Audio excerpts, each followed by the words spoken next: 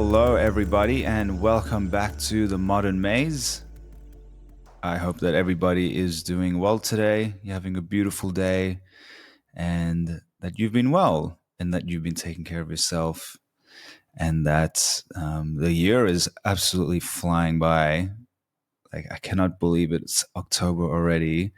So, yeah, I hope you've been well, and that you're finding the space and the time to slow down a bit. Just take it in a little bit, sip it in.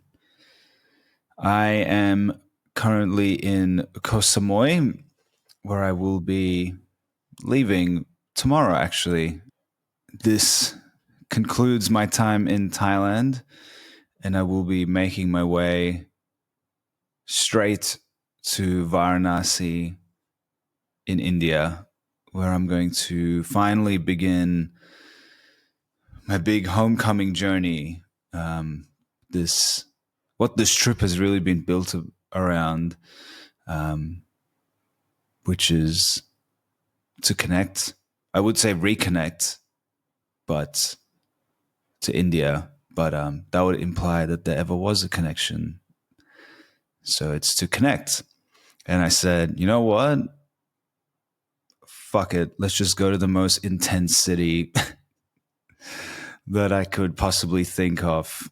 From what I've heard, it's Varanasi. It's the oldest city in India, and it's really there's a intense spiritual energy that is in that place.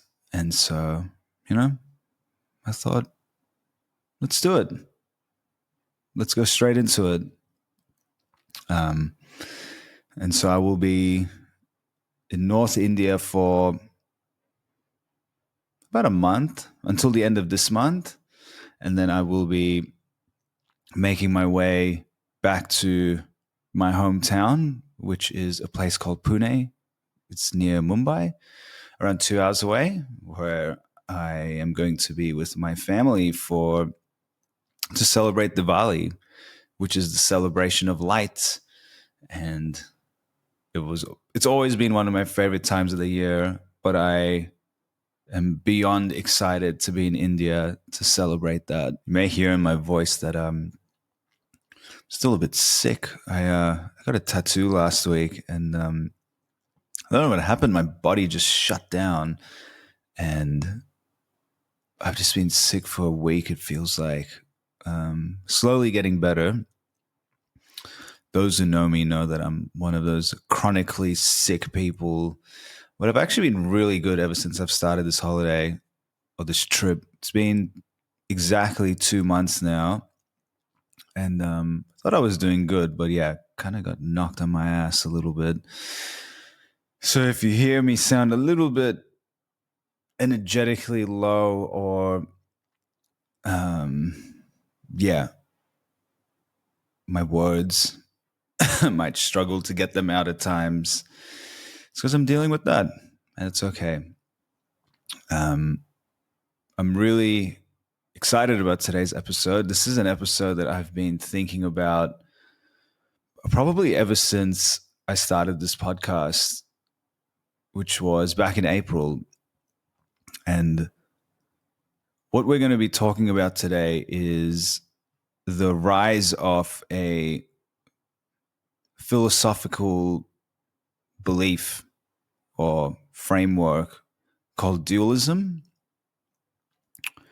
And dualism can look in many different ways and many shapes and forms. But what I really want to talk about today and continue talking about is the fact that over the past couple of 100 years, we've kind of split our existence and our universe into these separate, unconnected parts. We see ourselves, humans, as being separate and different beings from all other creation. We see the environment, right, nature, as something different to ourselves. even in the language that we still use and the way we try and put dollar values on it, or commoditize it, or even talking about the environment and the terms, like the terminology of talking about nature inherently is a separation from us. Like, I'm talking about nature and I'm talking about the environment, but is it actually separate from me? It's a question, something I've been thinking about. Modern medicine, and there's reasons that we're going to get into about this, but we also started to think of our mind and our body as being two completely separate things. Even within the mind, we start to dissect these little parts of our mind. So we have this existence, this universe, and we have all of these little ways that we've chopped it up and divided it and made sense of it. This way of splitting existence is known as dualism. And this refers to the idea or belief that reality is fundamentally divided into parts. Normally, we think of them as two different parts that are opposite in principle. And in various contexts, dualism acts as a division between different aspects of existence. And so we think of mind, body, human nature, as in mind separate to body, humans separate to nature. So what is the effect of this? How does this affect how we treat each other, our planet? How does it dictate how we view the nature of our soul? The way of viewing this reality, this existence, and looking at the universe in this way has had benefits, which I want to talk about, but it's also had its negatives. Let's think about science and technology and the advancements that we've made in that, specifically over the last couple hundred years. Like, absolutely boomed what we've managed to do and figure out. So by breaking the world down into these manageable components, we've really been able to focus on these specific aspects of reality. And therefore, because we're very specifically looking at one aspect of reality, it has enabled us to rapidly accelerate our knowledge in these fields.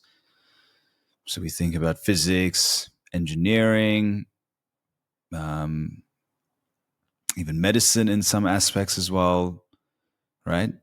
Et cetera, et cetera. So having that really, really laser focus on one aspect of reality does have its benefits. It also has its negatives. So instead of focusing on the whole and thinking about a holistic approach, and if we focus on individual parts, we can risk missing the intricate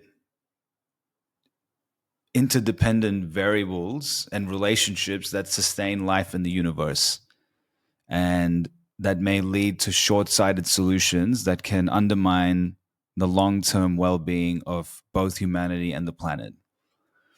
Now, we learn more every day and we are advancing in a lot of these things. A good example of this is the use of pesticides. So when modern pesticides were discovered, hurrah, we can kill anything that's trying to eat these crops and we can produce more.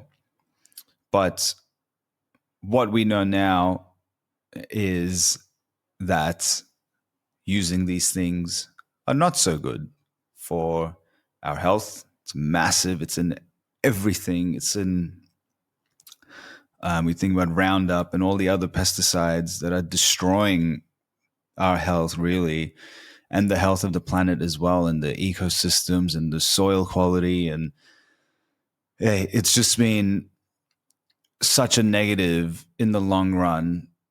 But that was when we started to look at, okay, what does it do as a whole, not just this manageable part, which is to remove pests.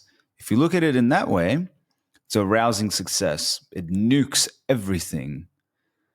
But sometimes we may get stuck in the very, very detailed view of what we're trying to achieve, and that we may forget the bigger picture. And that's a common theme throughout some of these examples that I'm going to give. If we think about medical progress, so separating physical health from mental health has allowed for targeted treatments in each area, leading to advancements in medical science that has helped save lives. But this division, again, overlooks the importance of the inherent interconnectedness of our mind and our body. And this has resulted in fragmented healthcare approaches that neglect holistic healing. So we live in a time now where individualism is at its highest in a lot of ways.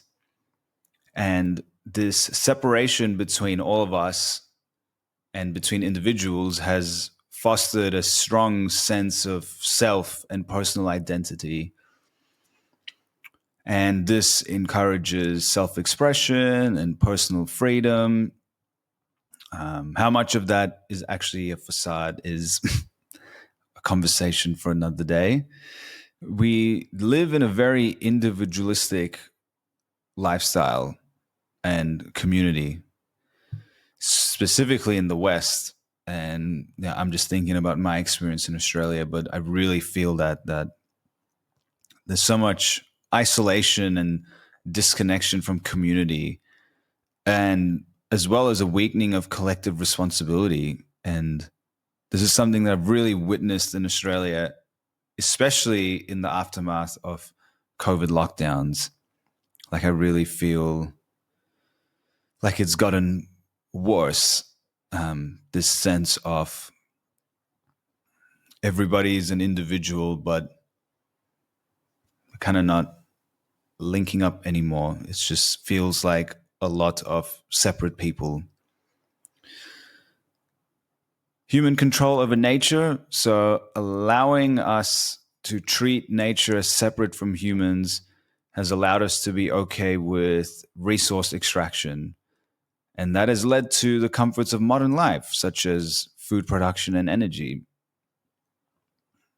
But this mindset of seeing nature as something to dominate or control has given rise to practices that are exploitative, and they degrade ecosystems, they disrupt biodiversity, and they contribute to all of these environmental crises that are going on. So while there has been significant progress and awakening in global consciousness, including the interconnectedness of our world, like, I do see a growing recognition of this fact. And to me, it's inherently makes sense that we are more connected to everything than what we've been told to believe. And there's reasons for this that we're going to jump into.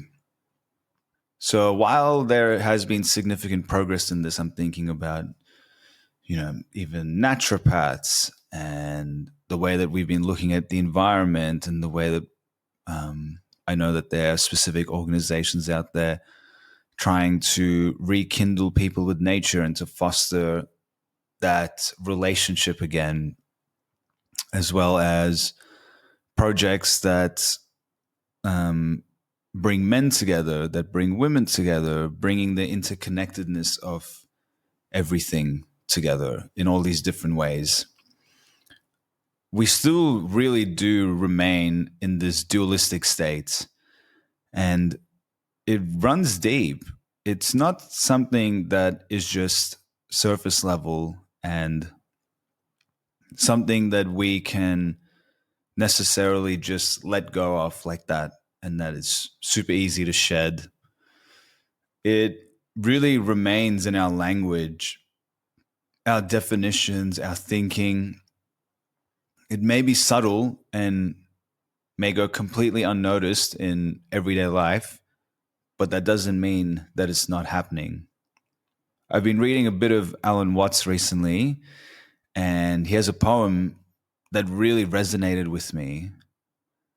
We seldom realize that our most private thoughts and emotions are not actually our own. For we think in terms of languages and images which we did not invent, but were given to us by society. We've been told that our mind is separate from our body. We are different from the rest of nature. We've been chosen by God. We are the chosen and special ones. That heaven is separate from earth, and that you are completely separated from me. How did we get here? Let's talk about it. So, for most of our history, human history, we had a deeply intimate relationship with the rest of the living world. We knew the names of everything in our surroundings. We understood how systems worked. We tied ourselves emotionally, socially, spiritually, and physically to the natural world. The art left hidden by ancestors around the world suggests that they believed in a spiritual interchangeability between humans and non-human beings. And we saw ourselves as a integral and connected part to the rest of the world. People lived in whole communities in which spiritual and material phenomena were not so different. They really placed a lot of heavy weight upon spiritual experiences and spirituality. It was a deep part of their practices, a deep part of them. People had this organic view of the world, and it was reflected in their perceptions of themselves and their relationship with the environment. We lived in this state that is known as participating consciousness. This is when we have a deep awareness that our lives are intertwined with the world around us. It's a recognition that me, as the observing being, is not separate from what we observe. Instead, the world is alive, filled with all of its own wisdom, and can be understood directly through lived experience, not necessarily through intellectual reflection. In this consciousness, there is no clear boundary between the mind and the world. Indigenous people understood this, and the fact that the support that the natural world provides must be repaid every day because they viewed themselves as one with the land, one with nature. So the first split in our existence began with the rise of empires and the European Enlightenment. This refers to an intellectual and cultural movement which spanned the late 17th and 18th centuries. This is a huge period for human thinking because, specifically European thought, it is the time when reason, science, and empirical evidence became the primary source of knowledge, in stark contrast to the religious, traditional, and even superstitious beliefs that had dominated the period before. It's a huge shift. This is how we think now in the world with reason, science, empirical evidence. And this was the period where this was born. This wasn't something that we've had for thousands upon thousands years, right? It's fairly recent. It's what, 17th and 18th centuries. That's a couple of hundred years ago. It's not that long, just a blink of an eye, really. But it's recent. And so in this new view, and this is the first split, is that we separated heaven and earth. So what we said is that there is two, like the world is split into two. We have a spiritual realm of gods that are in heaven, and that there is the rest of creation. There was a further split in this, which is that we had creation, which we'll call nature, and that humans are separate from nature. So in this view, humans were given a special place because we've been made in the image of gods themselves. And therefore, we have a right to rule over the rest of creation. This idea of dominion became firmer with the rise of transcendental religions and philosophies across the major civilizations. So across China, India, Europe, this went around, this came up in the world. In the book of Genesis, there's a quote here, and it's and God said, let us make man in our image, after our likeness, and let them have dominion over the fish of the sea, and over the fowl of the air, and over the cattle, and over all the earth, and over everything that creeps upon the ground. This way of seeing the world was further emboldened by Plato, who is a very famous ancient Greek philosopher. He's one of the most influential figures in Western philosophy. And he built his whole philosophy on the idea of this transcendental realm, heaven, being separate from the earthly realm. The transcendental refers to the source of absolute truth and reality, the essence of things. But the material, the physical world, was nothing but a poor imitation, like a shadow. This idea came to inform the Christian notion of a spiritual heaven that contrasts a worldly realm of mere matter, and it's decaying, sinful, and passing away. That's how the world was viewed. Something big and profound happened actually back in the 1500s, and there were two powerful groups of European society who were worried about the revival of previous thinking, which they deemed as animistic, which is that like spiritual, that we are one with the earth, almost pagan in a way, the way that we used to think, the way that we had thought for who knows how long since then. There were two groups that were set out to destroy this way of thinking. The first one was the church.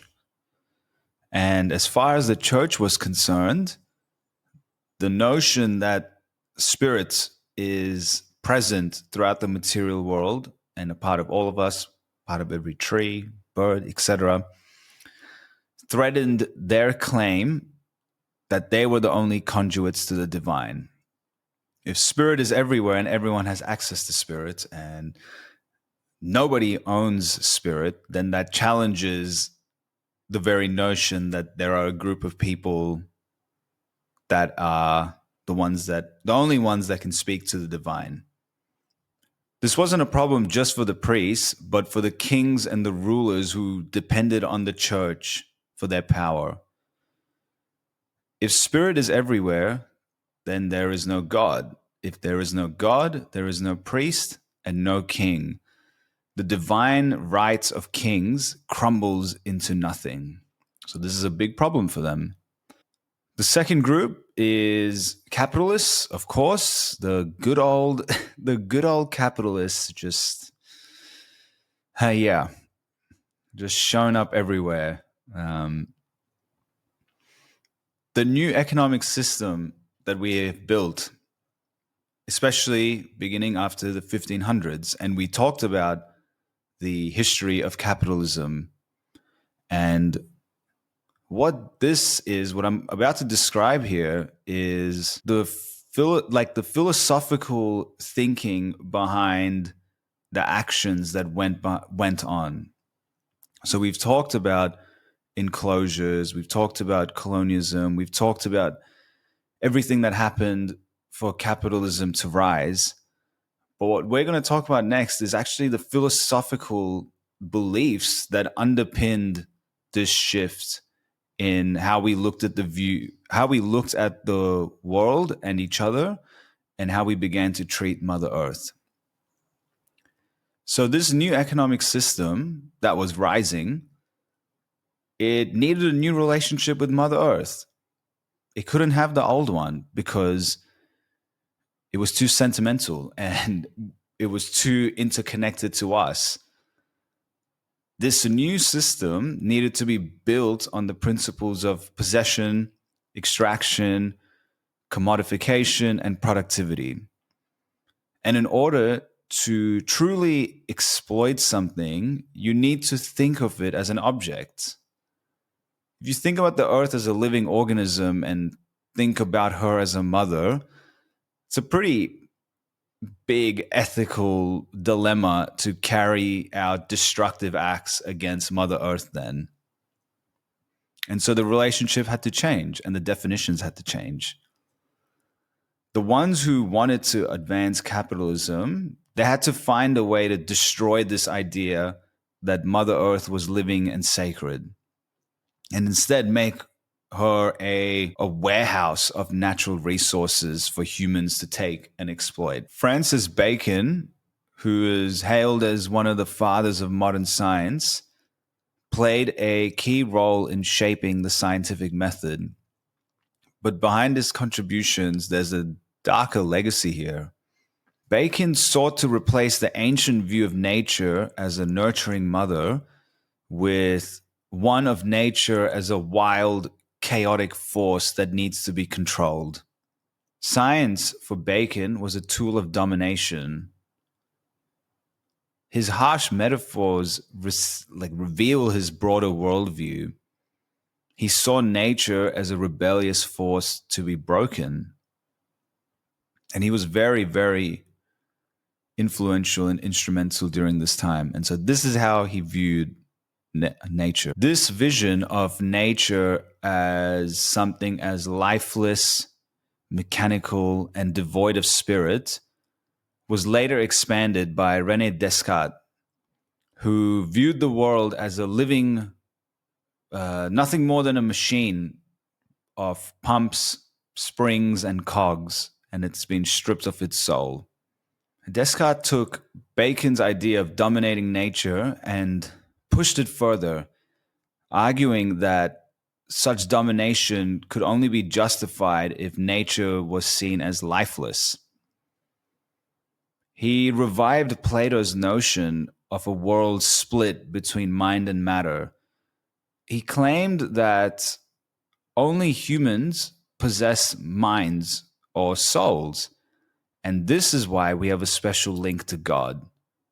While everything else, plants, animals, and the earth, was mere matter, devoid of spirit, intention, or agency.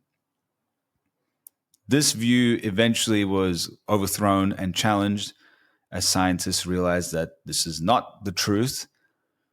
But like with many things that we talk about and ideas and cultural moments and in our terminology, this view has lingered that we are special and that we have a special link to God and the divine.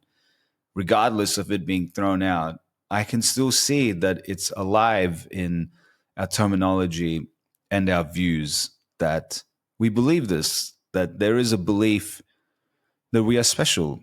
It's something that has been passed down, but it's just something to be aware of. And I don't know how much we've actually managed to completely rid ourselves of that belief throughout our society. So, this separation between humans and the natural world was an effort to strip away the ancient animist beliefs in the living, interconnected nature of the world. By the 1630s, these ideas had overtaken scientific thought, aligning science with the church's desire to remove spirit from nature. During the Enlightenment, these views became mainstream, laying the groundwork for the enclosure and privatization of common lands. With land viewed as an object separate from human identity, it could be possessed, exploited, and commodified. This divide between humans and the living world became firmly established. And in this new framework, beings and ecosystems were no longer sacred, they were commodities. In the 17th century, Isaac Newton, developed a complete mathematical formation of the new mechanical view of nature. So Newton designed the laws of motion and universal gravitation, and these formulas became the foundation of classical mechanics, which viewed the world as a well-ordered, predictable system governed by mathematical laws. It posed the most profound questions about the idea of God. And more scientific concepts were used to describe the explanation of the observable phenomena of the earth and the universe, the cosmos. Scientific reason was so overpowering, especially because it was in service of such a powerful social force, which is industrial wealth. The Newtonian universe was one huge mechanical system operating according to exact mathematical laws. The division between our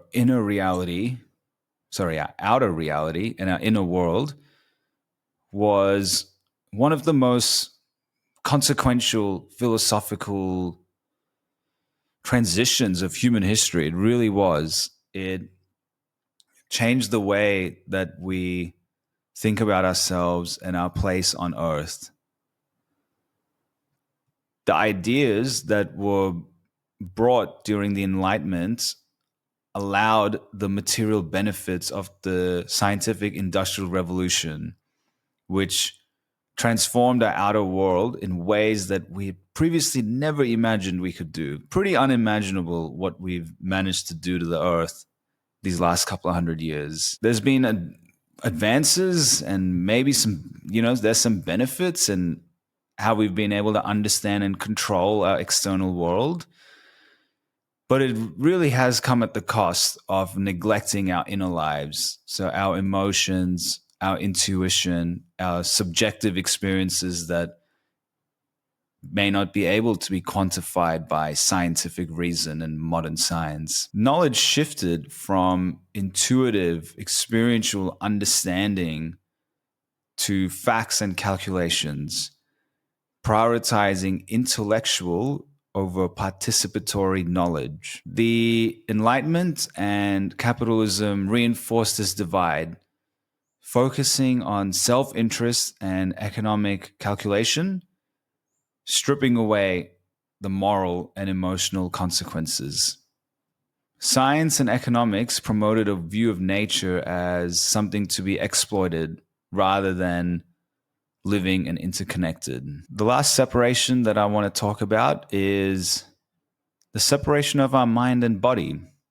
So Descartes, the French philosopher, also argued that we are split into two distinct components, an immaterial mind and a material body.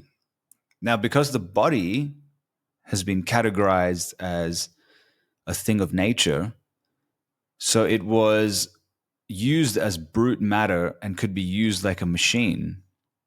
His most famous phrase that you may have heard and know him by, which is, "I think, therefore I am," speaks to his theory that we are only the mind or reason, and that's the only thing that makes us.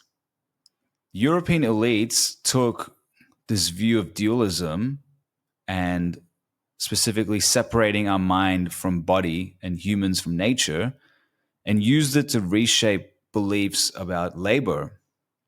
Before this, peasants worked in rhythm with nature, celebrating festivals and organizing their lives around sufficiency and desire. But this way of life, which was rich in joy and spontaneity, threatened the emerging capitalist system, which required constant productivity and labor. To enforce this shift, elites introduced brutal laws to force the dispossessed into obedience. The goal was to strip away any sense of connection to the land or to one's body, reducing both to mere objects of control and extraction. As Descartes had claimed the mind should dominate the body, so the ruling class sought to dominate labor and the natural world. The body, like nature, became mechanized, nothing more than a machine to extract labor. The pleasures of life, like joy and play, were cast as sinful, and poverty was rebranded not as a result of dispossession, but as a moral failing of that person. Over time, capitalist systems evolved to maximize productivity, stripping work of meaning, passion, and creativity. Workhouses and factories became tools of reprogramming, training the body to fit in a machine like order. Descartes' theories allowed labor, like nature, to be abstracted and commodified, separating human beings from their essential wholeness. This rigid division between mind and body, humans began to completely change the way that they understood themselves. It was a totally radical idea and one that lay at the middle of this modern mode of self awareness. It was the big step from us, separating our conscious minds from our deeper natures and the degradation of our essential relationships to the natural world. What were the big effects of these separations? The first one is the change in how we look at the earth. So, as we just learned, this new worldview emerged in the 1600s, separating nature from civilization and the human body from the self. And this allowed capitalists to objectify nature, pulling it into cycles of accumulation. As we know, elites seized commons in Europe and all over the global south during colonization, extracting resources, gold, silver, sugar, diamonds, without care for the land. And this came without compensation, without the true cost of plundering nature. In the colonies, this extended to labor as well. So, enclosure and colonization enabled capitalists to extract cheap labor from Europe's workers and unpaid labor from women. This system produced the figure of the housewife. Within Descartes' dualistic framework, women were cast as closer to nature, controlled like the land themselves, with their unpaid labor hidden. The same logic applies to the colonies, where indigenous people and Africans were dehumanized and cast as part of nature, justifying their exploitation. Dualism enabled colonizers to objectify indigenous Africans and Americans, treating them as objects to be used. Because colonized resisted dualism. indigenous people held these animist beliefs, seeing the earth as alive with agency and spirit. And this worldview was a challenge to capitalism. And so the European colonizers set to eradicate it. The civilizing missions were not just about political and economic control, but about controlling thought, about controlling colonized people's thoughts about themselves and the world. They sought to oppress this view and to control the mental universe of the colonized. We are all inheritors of a worldview that separates nature from humans. It's in our language. It forms things such as natural resources, a term like that, or raw materials. This dualist mindset seeps into our language, framing the living world with terms such as natural resources or raw materials, reinforcing the idea that nature exists to serve us. We treat waste, pollution, and even climate change as something external because the prevailing assumption, or has been, is that what happens to nature is somehow separate from our lives. Descartes once declared that the aim of science is to make ourselves the masters and possessors of nature. 4 centuries later, this ethic still dominates our culture. We not only see nature as separate from us, but something that must be conquered. So, what has been the change in how we look at ourselves? Modern economics, like we've talked about in our donut economics episode, relies on the concept of this isolated individual termed Homo economicus who exists to maximize personal welfare. At the heart of economics stands the portrait of a rational economic man who has told us that we are self interested, isolated, calculating, and dominant over nature. And it's really shaped who we have become. In this view, we are reduced to utility seeking agents, and we're only focused on acquiring external goods to satisfy desires. But we are not just a calculating machine. That's not what you are. That's not what I am. We are complex, emotional, and relational beings connected to each other and the larger web of life. Yet economics, that was actually born from this mechanical worldview of enlightenment, denies this wholeness, fragmenting it and fragmenting our experience into parts that can be quantified. Neoclassical economics insists on objectivity, dismissing the emotional and spiritual dimensions of human existence as invalid. But this rejection of feeling and intuition is not a product of rational thought, right? It's a fear-driven retreat into the intellect, into safety, into our safeguards and our safety railings.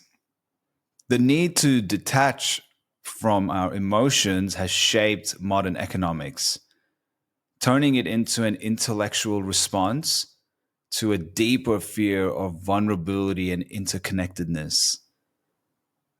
Like there is something vulnerable about that. The fact that I am not just here and I can stand on my own forever and I'm not connected to anything else and I can dominate anything I want and I'm calculating and rational and clear-headed. But there's something vulnerable about being so inherently tied to the universe, nature, each other, and this fear-driven retreat into this economic figure and our intellect has caused an incomplete, fragmented understanding of ourselves and our world. In truth, The essence of what it means to be a human lies in wholeness, not the isolated mind seeking control of everything, but in the integration of our hearts, our mind, spirit, deeply intertwined with the living earth. Modern economics thrives on the illusion of detachment and claims that rationality and objectivity should govern all of our human decisions. However, this emotionless approach is not it's not devoid of feeling. Like if I am to make a clear, rational economic decision, it's not it's not that there isn't any emotion in that. It's not that it's completely devoid of emotion and feeling. It's actually driven by the need for psychological security and control. There is emotion in it. It's just not what we may think it is. Like, how rational is actually a rational decision? What are the actual thoughts and feelings in the body and mind when somebody is making that decision to be so detached? Is being so detached from feelings and emotions a feeling within itself, like an emotion within itself? To be detached from everything, is that a feeling? Or is it just nothing? I don't think it's nothing. I don't think that's how it works. The deeper tragedy of modern economics and our society and our world today is the refusal to acknowledge other forms of awareness and rationality. Economics, we've reduced the human experience to the pursuit of material goods. Like, that is what I want to do, what I need to do, what makes me happy. Ignoring the profound, mysterious processes that shape our inner well being. There's something powerful in the fact that despite everything that has been done to us spiritually, emotionally, psychologically, despite all of the forces that are working to suppress this and to lock this away and to shut it away, we are capable of accessing these higher states of consciousness that reveal the sacredness of life, because it's something that we are born with and it's not something that goes away. And despite whatever society and our structures may want for us and want us to think and want us to believe, it cannot be suppressed by the forces of this rationality. The symbolic and the numinous world, our deep inner worlds, it cannot be suppressed. So to move beyond the economist within is to transcend this ego identity and rediscover the sacredness that's embedded in daily life. By doing so, we can reconnect with the numinous and the sacred and embrace a more holistic, integrated relationship with the world, a relationship that honors both the intellect and the soul, the profound and the sacred. Oof. I was powered up by my iced latte. Um, like when you have just the right amount of coffee, and it's like it's like a tightrope for me between anxiety and productivity, and the anxiety helps actually in a way, but yeah, um, definitely felt the power of the caffeine in that. I'm gonna try and wrap this episode up soon. It's been a long one, but I want to talk about the essence of the universe and existence. And when I was writing this bit, I had a moment where I was thinking to myself, am I really about to talk about what reality is. But it makes sense to me and the modern maze, and exploring every single part of this maze. And so, what actually is existence and reality is interesting to me and something that I continue to explore. And so, the disclaimer here is that this is based on what I know, what I've researched, what I believe as well, and that I'm not an expert in this. And so if anybody has any, not even corrections, but anything you'd like to add, anything that I've missed, anything I should read, I'm more than happy to take all of that on and to start the conversation. And I'm sure this is not the first time that we're going to dive into this topic, but I've been waiting for this moment. I knew that we were going to get to this point where we were going to talk about spirituality and what all of this actually is. And so I'm glad that it's finally here. Let's talk about it.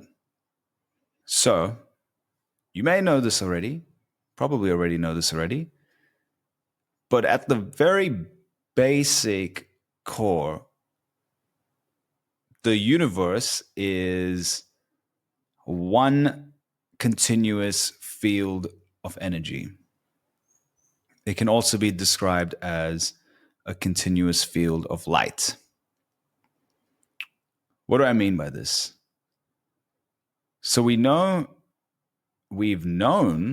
for a long time, but we also know now from science, specifically quantum physics, that everything from the chair that you are on right now to the air that you breathe off is made of atoms. And in quantum physics, this is known as the quantum field, which is essentially that everything in the universe is a vast interconnected sea of energy. So if we think about these atoms are made of even smaller particles. So you have electrons, protons, and neutrons. And all of these particles are constantly moving. They're constantly moving. There's never a moment that they don't stop. And so the constant motion and interaction of these particles generates energy, right? It's moving, so there's a force. So the constant motion and interaction of these particles is generating energy constantly. And so everything in the universe is vibrating, and it's a form of vibrating energy. And it's constantly vibrating. It's not stopping. And so these vibrations radiate energy out and interacts with the surrounding particles, creating an interconnected web of energy throughout the universe. Much like ripples on a pond, every action, thought, or movement actually sends out waves of energy. In essence, everything is part of a vast, unified field of vibrating energy. Every single part of the universe is linked in a cosmic dance of energy that is whole and inseparably connected. So science knows this, but spirituality and spirituality beliefs and practices have known about this for a long, long time, often describing the universe as a unified field of light. And many spiritual traditions speak to the interconnectedness of life. In the Upanishads, which is the foundational text of Hinduism, It describes Brahman, which is the ultimate reality, as an encompassing light, the source from which all other forms arise from and return to. Aboriginal Australians spiritually view the universe as a vast field of interconnected light and energy. In Taoism, the concept of qi is foundational, and it's often viewed as a pervasive, luminous energy that flows through all things, maintaining balance and harmony in the universe. On a more metaphysical level, light is often used as a symbol for consciousness or the animating essence of the universe. Spiritual traditions point to the idea that everything in the universe is interconnected through this field of light. From a mystic's perspective, the physical world is not separate from this underlying energy, but is a manifestation of it. All right, let's talk about an example. I love a good example about vibrations. So, my voice in your ears right now, it's all vibrations. When I'm speaking right now, my vocal cords are vibrating, and that creates sound waves. This is a form of mechanical energy. Inside my microphone here is a mechanical diaphragm that is vibrating in response to the sound waves in my voice. And that is connected to a mechanism, often like a coil of wire that's near a magnet, that converts these vibrations into electrical energy. Now, the electrical signal, which contains my voice, is transmitted into digital data. These codes have now traveled through your device by the internet, and we're still in an electrical energy form. Now, as you're listening to my voice right now, either through headphones or your speaker, this process is happening in reverse. So your speakers or headphones have diaphragms of their own. Now, the electrical signal flows through a voice coil, which is wrapped around a magnet. And as the electrical current comes in and vibrates, it causes the diaphragm to vibrate. And now it's converted back to mechanical engineering. I keep on saying mechanical engineering. Mechanical energy. As these waves now enter your ear, they cause your eardrum to vibrate in a pattern that matches my original sound wave. Now, inside your ear, right now, the vibrations from the eardrum are being transmitted via these tiny bones to the cochlea, which is like, think of it as it's like a little structure that's filled with fluid. And it's got like thousands of little hair cells on it. So now as these vibrations ripple, the hair cells bend and send neural signals to the brain via the auditory nerve. So now we have transformed into electrical impulses within your nervous system. Your brain has now processed these signals as sound and has reconstructed my voice. It was just vibrations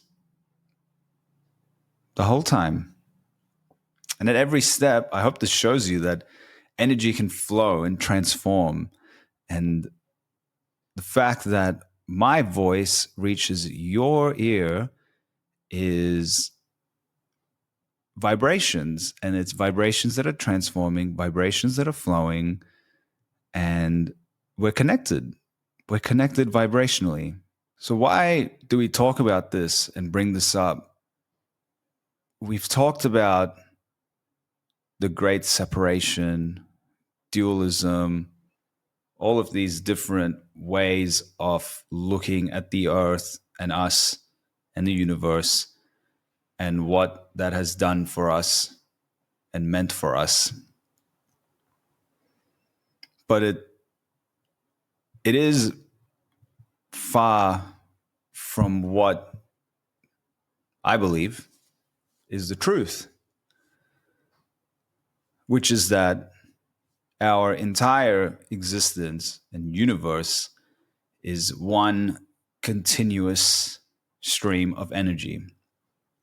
That means that everything that exists is interconnected more deeply than we may even fully understand.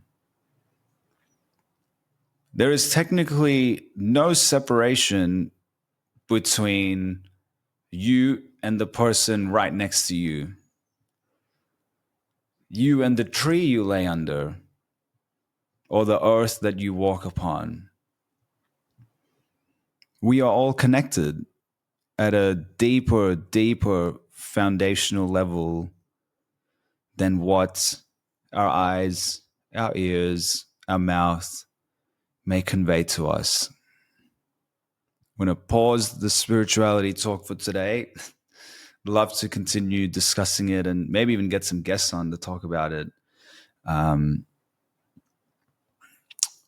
But to wrap up, we can view the world in many ways. We can look at ourselves in many ways. We can look at each other in many ways. But how connected actually are we all? Or how separate are we from each other? Are we more tied to each other than we may realize? I think yes. And I think going back to source is going back to this understanding that I am one with earth, I am one with you, I am one with the universe. There is no separation. I am that. There is no separation between my mind and body. It is one. I think that that's a pretty big step that we as a society need to begin working towards, that understanding, and not even just the understanding, but then the reorganization of what we do in this world and this reality to accommodate that and to actually honor that. It's not enough to just say it. It's a good first step. Like, let's get there first, where we're saying it. But what are we doing about it, and how are we reorganizing the world around it? Because right now it's very boxed and very separate, and we need to start thinking of these things holistically: environmental problems holistically, social problems holistically, medical, everything, which is there. The change is happening, which I'm really happy to see, and the change will continue happening. It will happen. I trust that this shift in consciousness will happen. Thank you for joining me today. It is really nice to finally do this episode and to talk about these things. And I really feel like there is such a strong energy to pursue this line of thinking within this podcast and within our conversations, is to foster this interconnectedness, because the separation is what I believe such a root cause for where the world is at right now. Separation and disconnect within ourselves, with each other, with nature, and how do we go towards fostering the rebuilding of that across everything? How do we foster the interconnectedness is, I think, such a big part of our story and a big part of our journey, individually, collectively, as we navigate this maze and our modern world. I would like to announce that I have created a newsletter. I'm using a platform called Substack, and for a while now, I have been really wanting to start to branch out in other forms of media. So for times where I'm not able to record, or there are little things that I want to talk about, stories I want to share, just to continue the discussion, to continue navigating the modern maze, but branching out into other forms of media and other ways to deliver this. So I've created a Substack, which is a newsletter page, and I intend on writing more and sending it out. There is a link that will be in the description of this video, which is to sign up to the newsletter. So if you're interested, please, I would really appreciate that. You don't have to worry about me spamming. As you can see, by the frequency, even of these episodes, I like to take my time. I'm going to find a way to just have a shortened, condensed, written version of what each episode is, and send that as well as a reminder when a new episode comes out. So, it's exciting trying to branch out to other things. The first newsletter that I've written, which will be live on the Substack by the time this episode comes out, is a short story about somebody who lives in Melbourne, and it has been exactly 1 year since the COVID lockdowns have ended in Melbourne. And this particular person believes that they are over lockdown and that they have moved on emotionally, spiritually, mentally. And the short story, it asks that question. Are you really over it? Or have you just forgotten? So again, link is in the description. Would really appreciate it. And I appreciate you for joining me again.